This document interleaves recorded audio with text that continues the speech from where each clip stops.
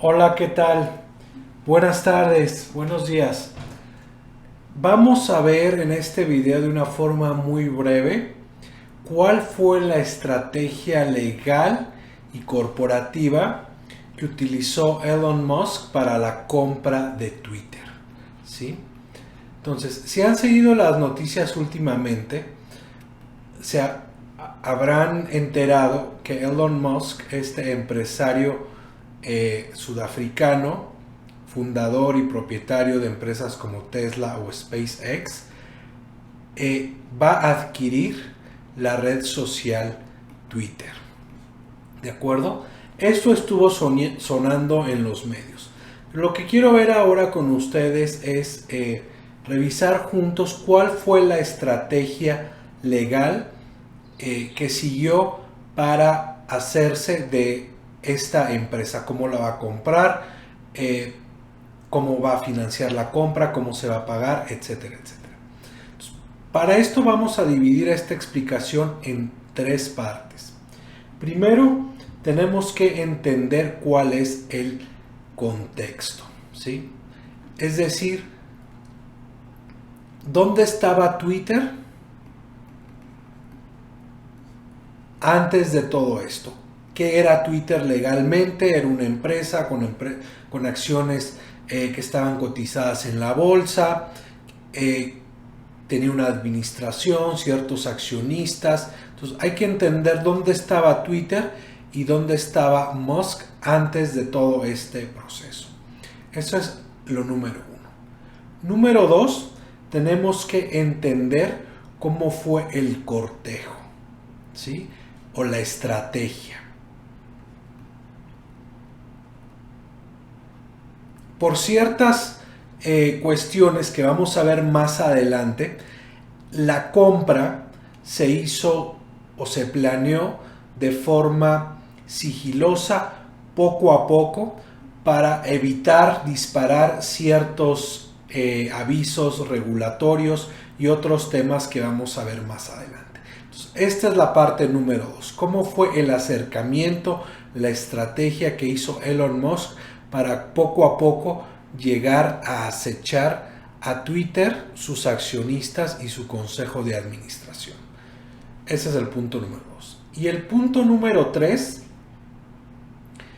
que vamos a ver es cuál fue la estrategia de adquisición. Es decir, cómo le va a hacer una persona, en este caso Elon Musk, para comprar todas las acciones de Twitter, pagarlas, ¿sí? Y hacer que la empresa que hoy en día cotiza en la Bolsa de Valores de Nueva York se convierta en una empresa privada. ¿De acuerdo? Ese es el tercer punto. Entonces vamos por partes, poco a poco.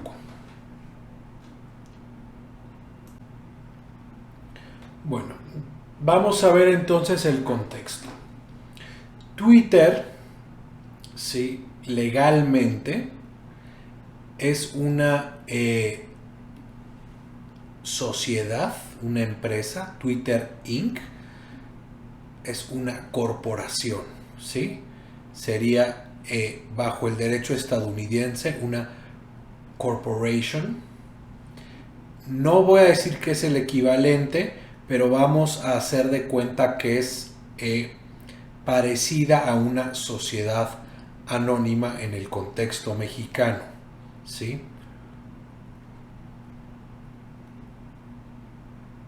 Corporation, es una corporation, parecida a la sociedad anónima.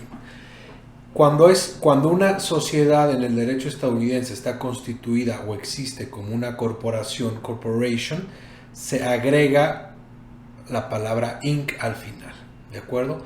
Entonces Twitter es una sociedad, una corporación constituida bajo las leyes del estado de Delaware, ¿sí?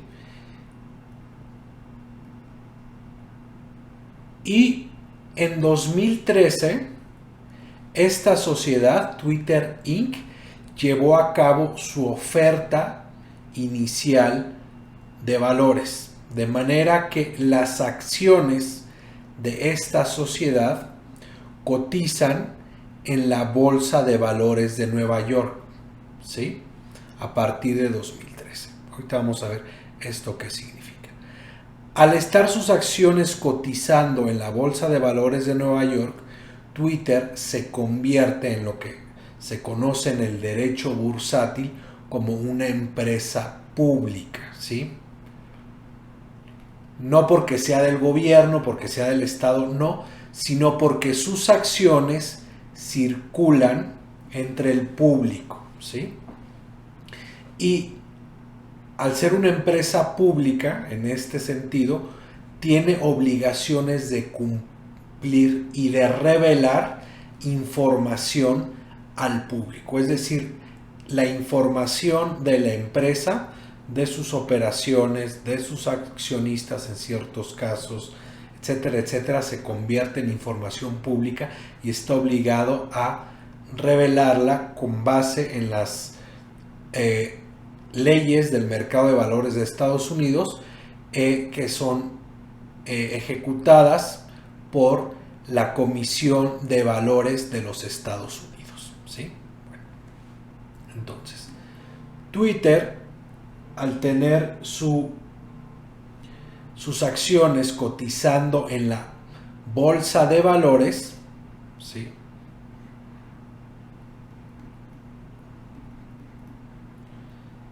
va a tener un sinnúmero de accionistas, ¿sí? Al tener sus acciones en bolsa de valores, estos accionistas pueden comprar y vender libremente, ¿sí?, entre sí o a terceros las acciones de esta empresa, ¿sí? Eso significa que sus acciones cotizan en la bolsa de valores. Entonces, ahora, y por eso sube o baja el precio dependiendo qué tanto apetito haya por parte de los accionistas en comprar o vender estas acciones. ¿De acuerdo? Bueno, ahora, estos accionistas que adquieren las acciones a través de una bolsa de valores, ¿sí?, en este caso a través de la bolsa de valores del estado de Nueva York, pueden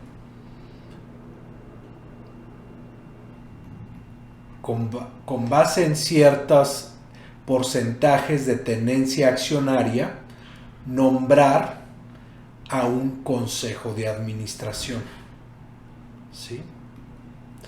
Estos accionistas van a nombrar y a elegir a un consejo de administración.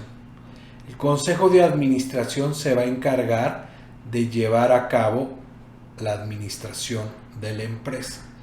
Y el consejo de administración va a nombrar a un director general, conocido como el CEO, y una serie de funcionarios. Estos personajes que están aquí son el consejo de administración, ¿sí?, que es nombrado por los accionistas. Entonces, son dos organismos u órganos sociales distintos. Los accionistas tienen las acciones de la empresa, ¿sí?, y nombran al consejo que se encarga de administrar la empresa. ¿De acuerdo? Es importante ir ubicando estos dos organismos para ver cómo se llevó a cabo la adquisición. ¿De acuerdo? Entonces, si nosotros vemos que tenemos a la empresa con sus accionistas,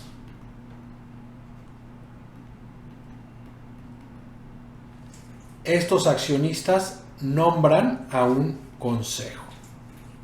¿Ok? Ahora, por regulación de las empresas listadas en bolsa, están obligadas a revelarle al mercado y al público quiénes son sus accionistas, ¿sí?, que tienen más del 5%. Entonces, conforme a la información pública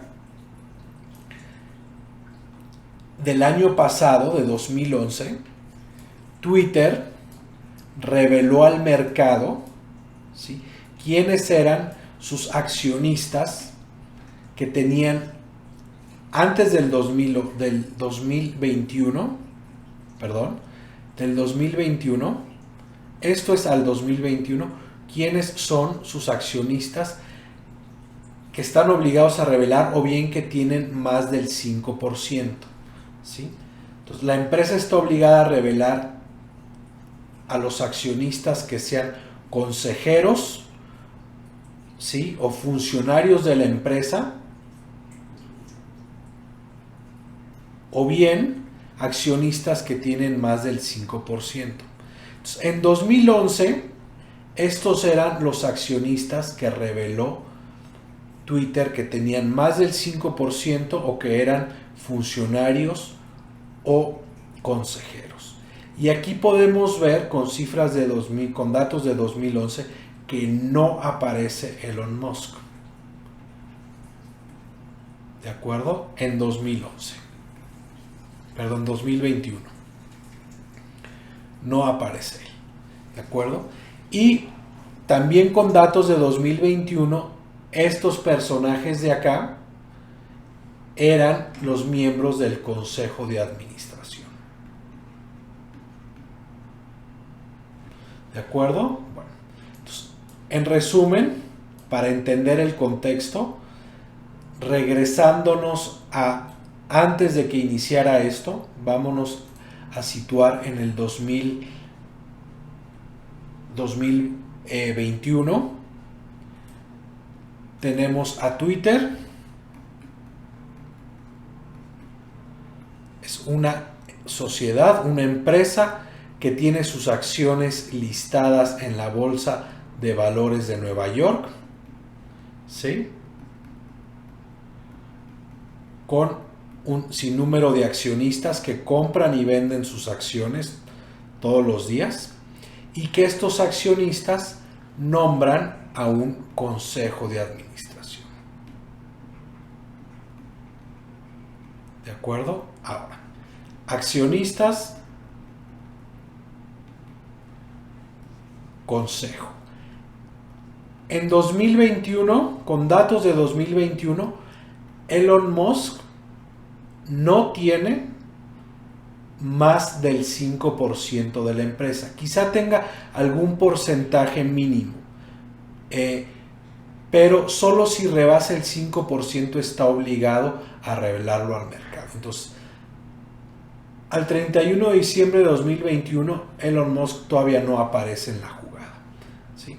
Eso es el contexto. Entonces, vamos a ver qué pasa.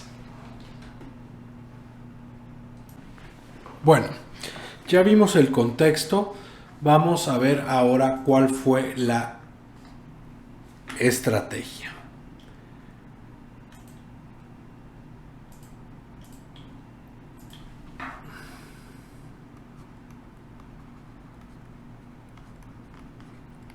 Entonces, como vimos anteriormente, al 31 de diciembre del 2021, Elon Musk no tenía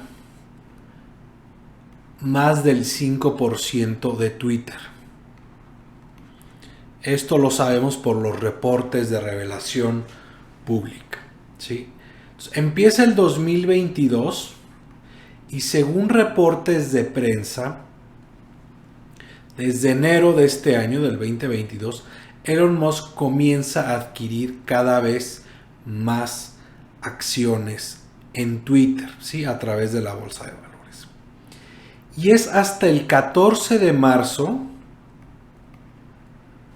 del 2022 que Elon Musk rebasa este 5% de acciones, y entonces, conforme a las disposiciones del mercado de valores estadounidenses, está obligado a notificar al mercado que adquirió más del 5% dentro de los 10 días siguientes a que se cumpla esto.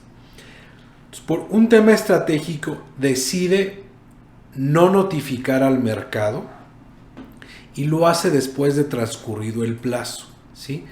Aquí, como vemos, el 14 de marzo, él rebasa el porcentaje de revelación de acciones, habiendo adquirido 9.2% de las acciones de Twitter. Esto ya es más del 5%. Entonces, conforme a las disposiciones del mercado de valores, él tuvo que haber notificado al mercado que rebasó el 5% dentro de los 10 días siguientes, es decir, 24 de marzo. Sin embargo, él notifica al mercado que rebasó ese porcentaje hasta el 4 de abril, ¿sí? Dicen los reportes de prensa que esto se hizo de forma intencional para no disparar el precio de la acción, ¿de acuerdo? Pero bueno, eso es un tema de negocios, ¿de acuerdo? Entonces, regresando a este punto, entonces, al 4 de abril del 2022, ¿sí? Elon Musk ya tiene cerca del 9% de Twitter. ¿Sí? Al llegar a este porcentaje, él como accionista individual ya se vuelve relevante para la empresa. Y entonces acuérdense, aquí es muy importante volver a entender cómo está la estructura societaria. Tenemos Twitter, tenemos a sus accionistas, que son bastantes, y aquí hay un accionista, que es Elon Musk, que al 4 de abril ya tiene más del 9%, ¿sí? Entonces, acuérdense que estos accionistas nombran al consejo de administración. El consejo de administración tiene un director general que es el CEO, y estos son los que administran la empresa. Entonces, cuando Elon Musk adquiere el 9% de Twitter, conforme a los reportes, el consejo de administración, al notar que hay un accionista con una tenencia accionaria relevante, lo invitan, ¿sí?, a formar parte del consejo, ¿sí? Le hacen la invitación. ¿Por qué? Porque es un accionista relevante. Entonces, conforme a esa invitación que le hacen, se le plantea que se sume al consejo de administración como consejero, a cambio de que se obligue a no adquirir más del 15%. ¿Sí? Esa fue la condición. Él rechaza esa oferta de sumarse al consejo a cambio de no adquirir más del 15%. Entonces aquí entramos en un concepto muy común en el derecho bursátil, que tiene que ver con el conflicto de interés o los distintos intereses que puede haber, por una parte, entre los accionistas, ¿sí?, y el consejo de administración.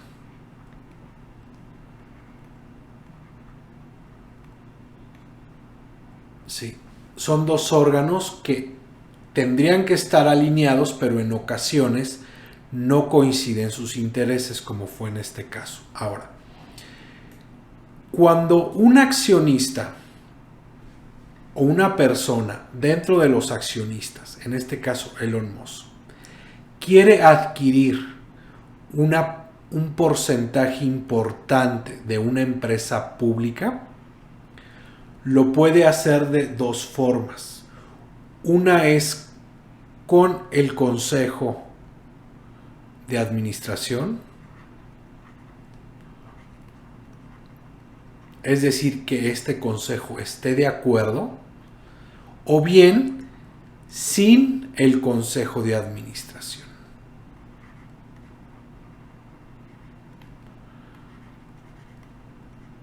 Es decir, comprar las acciones sin que ellos estén de acuerdo.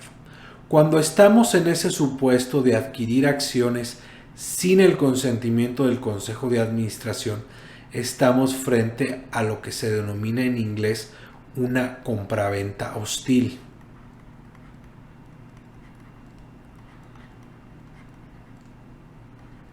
Hostile takeover, ¿sí? Entonces, justo fue lo que sucedió aquí, que Elon Musk empieza a adquirir acciones, se le ofrece un asiento en el consejo de administración que rechaza porque no quiere estar obligado a sujetarse a este límite de tenencia, y entonces lanza una oferta, manifiesta su intención de comprarle a todos ellos, todos los accionistas, el 100% de las acciones. ¿Sí? Sin el consentimiento del consejo de administración. Eso se conoce como una compraventa hostil. ¿Sí? Compraventa hostil. Entonces, estamos frente al escenario de la compraventa hostil, donde un accionista, en este caso Elon Musk, ofrece a todos los demás accionistas comprarles el 100% de las acciones de la empresa sin que el consejo esté de acuerdo. ¿Sí? Esa es la compraventa hostil. Cuando eso sucede, el consejo de administración, dependiendo de los estatutos sociales de la empresa en cuestión, puede activar ciertos mecanismos de defensa. El más común es uno que se denomina poison pill en inglés, como la píldora venenosa, que no es otra cosa que cuando una persona quiere adquirir el 100% de las acciones de una empresa sin el consentimiento del consejo, el consejo puede aprobar una opción para que estos accionistas adquieran más acciones de la empresa a un precio menor, de manera que la oferta que fuera a hacer el adquirente hostil le resulte más onerosa. Y eso fue justo lo que activó el consejo de administración. Ahora, al haberlo activado, la dichosa píldora venenosa, se ponen en un predicamento, porque conforme a las disposiciones legales de sociedades americanas, en este caso de las corporaciones y del mercado americano, el consejo de administración, su labor es velar por los intereses de los accionistas. Y eso no es otra cosa más que conseguirles un mejor rendimiento de su inversión. Entonces, eso puede estar en contradicción con la estrategia de la píldora. ¿Por qué? Porque si la oferta que hace esta persona es buena económicamente para los accionistas, el consejo tendría que velar por sus intereses y aprobar esa adquisición. Entonces, en esa confrontación de defensa de la empresa y máxima ganancia para los accionistas, fue que se estuvo enfrascando el enfrentamiento entre un accionista que quiere hacer una adquisición hostil y un consejo de administración. ¿De acuerdo?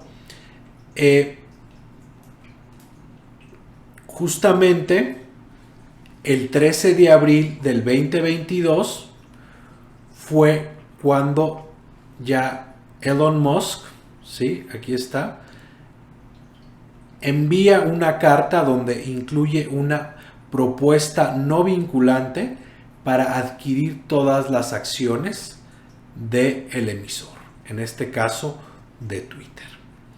Se activa la famosa píldora venenosa para retraer esta maniobra de adquisición, pero el consejo, al activar esta maniobra, puede enfrentar responsabilidad de los accionistas porque no está viendo por sus mejores intereses, y entonces se sientan en negociaciones con el presunto adquirente y al final del día llegan a un acuerdo por medio del cual el consejo va a aprobar que Elon Musk adquiera el 100% de esas acciones. ¿De acuerdo?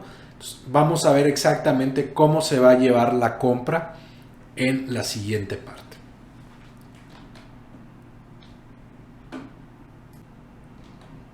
Bueno, entonces ya vimos en relación con esta adquisición el contexto, la estrategia, y entonces ahora lo que vamos a ver es exactamente la mecánica de la adquisición. Sí, eso es lo que vamos a ver ahora en este segmento.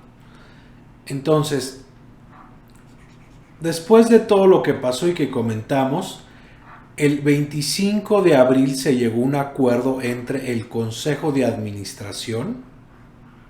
Acuérdense que tenemos a Twitter. Tiene acá arriba a su consejo. El consejo llegó a un acuerdo con uno de los accionistas, que es Elon Musk,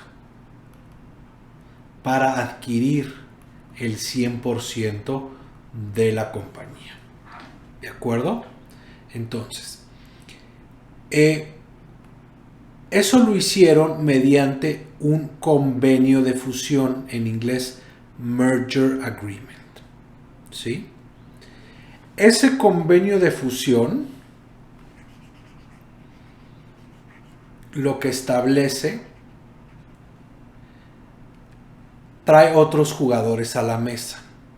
¿Sí? Hay una compañía que se llama X Holdings Inc.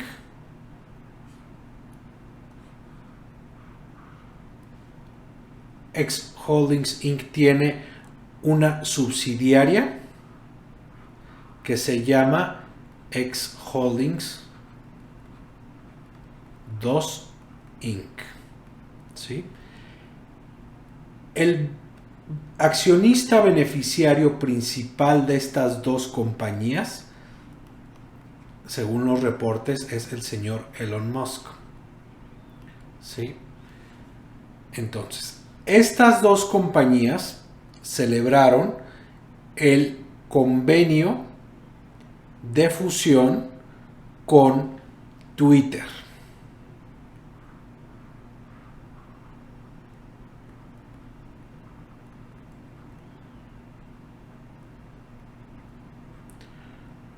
¿De acuerdo? Entonces, conforme a este convenio de fusión, Merger Agreement,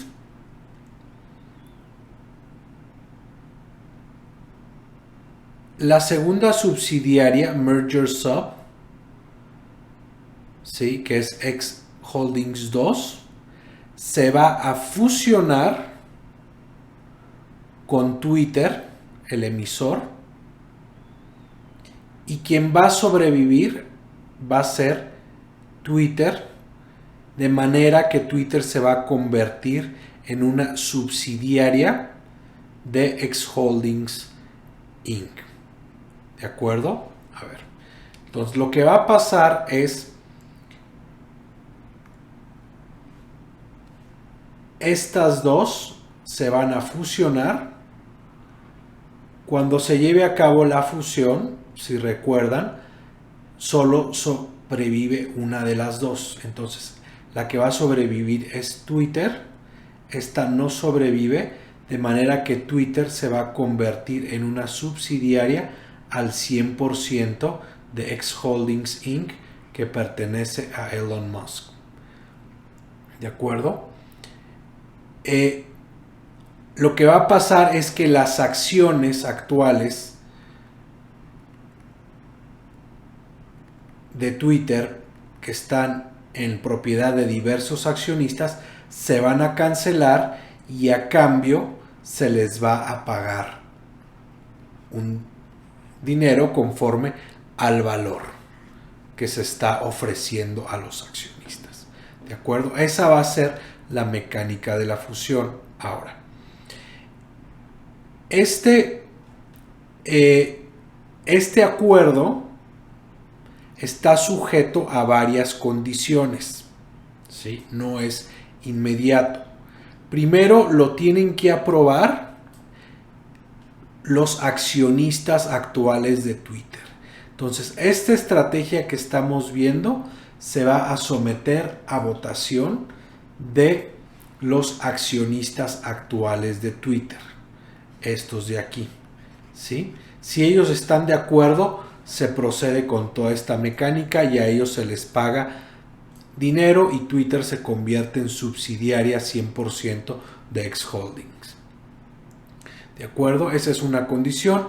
Otra condición es que se tienen que llevar a cabo las autorizaciones de competencia económica en Estados Unidos y en otras jurisdicciones, otros países, y también tienen que haber una ausencia de prohibición por alguna ley o autoridad de los Estados Unidos o de otro país que pueda prohibir la fusión. Esto a grandes rasgos, y todo este proceso de adquisición o de fusión puede ser terminado si la fusión no se consuma antes del 24 de octubre de 2022, ¿sí? Entre otra serie de condiciones. Entonces, a esta historia todavía le queda, pero bueno, vamos a estar pendientes de lo que pasa, y cualquier duda que tengas o comentario, escríbelo aquí abajo en los comentarios, y recuerda que si quieres aprender más o conocer más de derecho corporativo, puedes dar clic aquí abajo en los links que tenemos en la descripción, en los enlaces, para que descargues nuestras guías, materiales y talleres que tenemos en edunilo.com. ¿De acuerdo? Que estés muy bien.